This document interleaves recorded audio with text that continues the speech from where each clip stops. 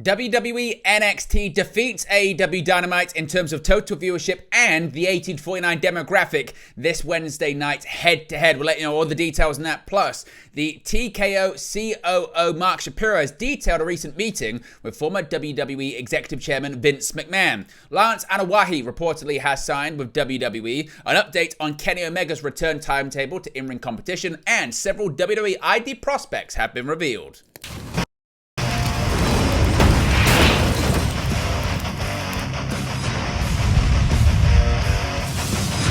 Hey guys, welcome back to Wrestling News 365. Hope everyone is doing very well. As always, plenty of news stories to get into in the world of professional wrestling. Let's begin with the outcome of the head-to-head competition between WWE NXT and AEW Dynamite this past Wednesday. And for the second time in a month, WWE NXT and AEW Dynamite went head-to-head Wednesday night, with NXT this time being preempted by new network home the CW's coverage of the 2024 United States general election. Last month, of course, it was Dynamite for AEW switching nights, presenting their third consecutive Title Tuesday as a result of regular preemption by the Major League Baseball playoffs.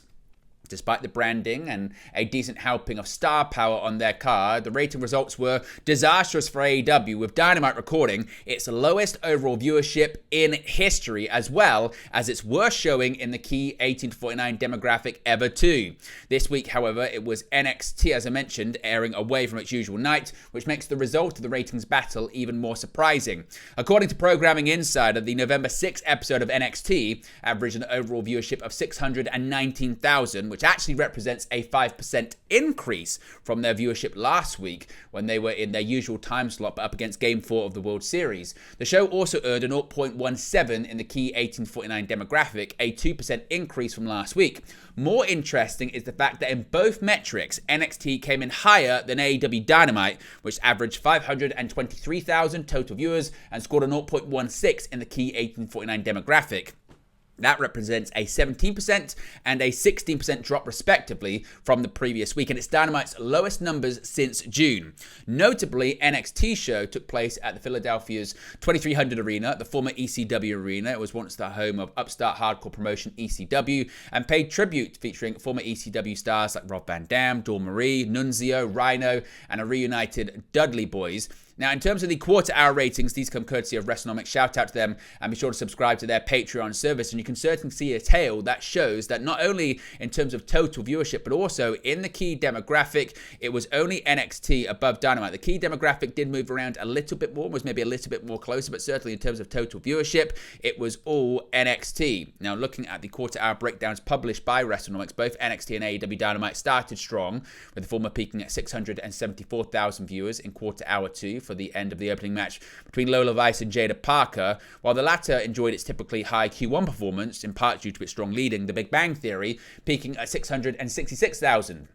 In fact, Dynamite actually beat NXT in quarter hour 1 by 1,000 average viewers, so it was neck and neck. But things largely went downhill from there. The show bottomed out with 455,000 average viewers in quarter hour 8 and only got back a marginal amount for the 9-minute overrun. In contrast, NXT hit a good point in quarter hour 6 with 563,000 average viewers, more than all of the first 2 quarter hours of Dynamite, but rebounded reasonably from there, finishing with 625,000 average viewers in the quarter hour 8 for the 10-woman tag team main event featuring Fatal Influence, Cora Jade, and NXT Women's Champion Roxanne Perez against the babyface super team of Kalani Jordan, TNA wrestling star Jordan Grace, and NXT 3 high-profile international new recruits, that being Julia, Zaria, and Stephanie Vacqua.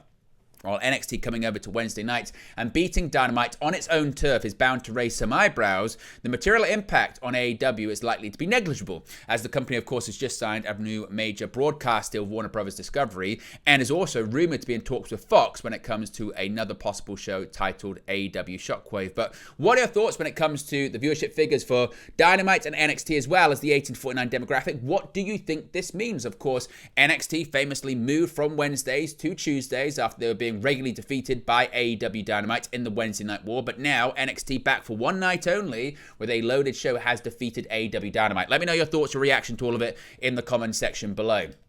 Some interesting news here when it comes to Vince McMahon and TKO Group Holdings. Now, since Vince McMahon resigned from WWE earlier this year, after he was served with a lawsuit from Janelle Grant, accusing McMahon of sex trafficking and abuse, both he and WWE have kept their distance from each other.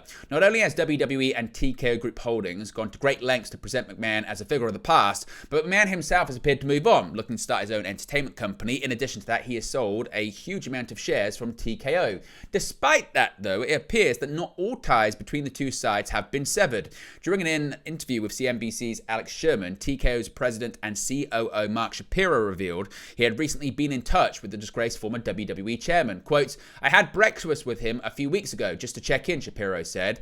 "It had been a long time. I hadn't heard from him at all. Obviously, the series on Netflix came out. I wanted to see kind of where he was. By the way, he couldn't have been more cooperative. He couldn't have been nicer. He was a total pro at breakfast, if you will, in a one-on-one get-together. But he's out of the business entirely. He doesn't make decisions. He's not on the board. He doesn't opine. We don't consult him. He's got some litigation that he's working through. And frankly, he wants the privacy and time to work through it, which is great because in the meantime, we're going to keep building TKO and WWE and expanding the horizon, expanding the opportunities. And by the way, he's still a shareholder. Not the shareholder he once was, but he is still a shareholder." Shapiro also revealed McMahon seemed quite thrilled with WWE's direction, saying, quote, "He couldn't have been more positive," Shapiro said, "but I wasn't asking for his opinion." Now, we know the Bloodline saga is ongoing still in WWE, and possibly another name could be added to it. The Anahi family presence in professional wrestling world goes back decades, of course, with the likes of Rocky Johnson, the Wild Samoans, Dwayne "The Rock" Johnson, and Roman Reigns emerging as notable names in WWE. And per a new report, another member of the Samoan dynasty has followed suit.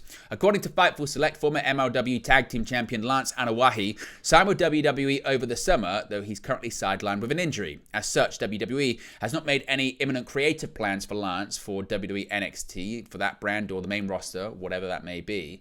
While there is no word on the exact timeline for Lance's recovery, Fightful claims that he will not be cleared to compete for, quote, "a while."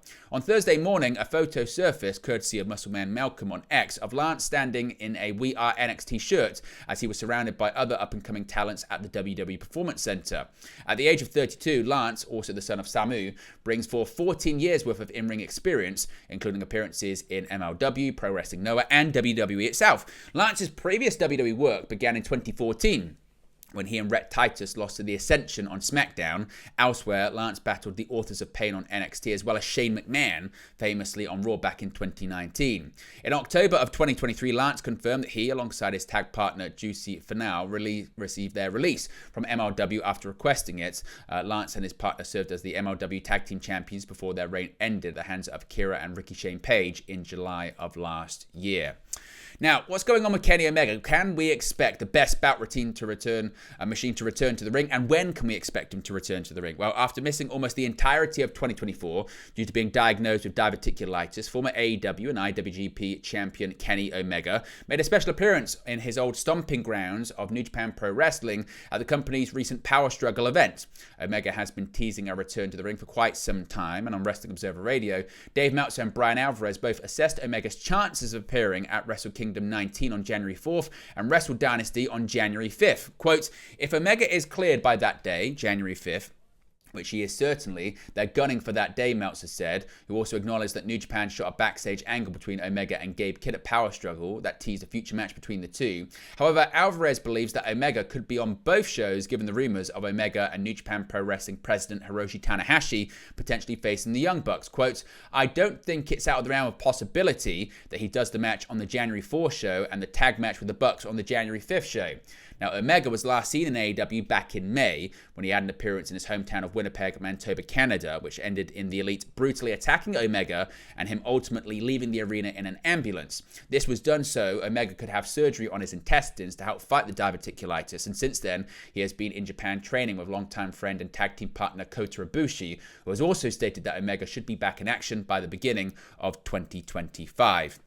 And finally, of course, the WWE ID system has been revealed and released, and now we know some prospects that are going to be involved in the new program. Last week, WWE announced the launching of its new program called WWE Independent Development, WWE ID for short, that will provide independent wrestling talent with major opportunities, both financially and development-wise. 5 independent wrestling schools have already received WWE ID designation, with that being Reality of Wrestling, the Nightmare Factory, Black and Brave Academy, Elite Pro Wrestling Training Center, and Knox Pro Wrestling Academy. Similarly, WWE has now bestowed WWE ID designations on 3 indie talents. The first WWE ID prospect revealed via X is the real deal Zeta Steele, a native of Washington, D.C., scouted from Combat Zone Wrestling. Steele brings over 2 years of pro experience with notable appearances in Major League Wrestling, Marigold, and Warriors of Wrestling, where she served as the WOW Women's Champion. Steele spent her summer months in Japan wrestling for Marigold before returning to the United States in September. The second name in the WWE ID program is Bryce Donovan, an 8-year veteran of the business. Per the announcement, Donovan is being scouted from Wrestling Open. He's also wrestled for Creator Pro, Beyond Wrestling, Limitless, and WWE's competitor All Elite Wrestling. The latter performances came in 2021 and 2022, beginning with a singles match against former AEW World Champion MJF on AEW Dynamite. Rounding out this batch of WWE ID prospects is Cold Brew Cappuccino Jones, who is scouted from This Is Wrestling. Elsewhere, Jones has competed for the likes of Core Pro Wrestling, Wrestling for a Cause, and Ring of Honor, the latter of which recently saw him battle Cage of Agony in 6-man tag team action. Like his ring name, Jones' finishing maneuvers, Froggy Brew, and the Decaffeinator all seem to be inspired by coffee. Another WWE ID affiliate will be revealed this weekend when Reality of Wrestling hosts its Super Sunday event. But there you go, guys. The latest pro wrestling news for you. Be sure to smash a like on the like button. Be sure to subscribe bottom right-hand corner. As always, let me know your thoughts in the comment section below, and I'll speak to you again very, very soon. Hey guys, thank you for watching, listening, streaming, or however you come across this video today. Be sure to click on the video on the right there to watch our next video, or click the bottom there to subscribe, or the bottom right hand corner. Thank you very much, and I'll speak to you again very soon.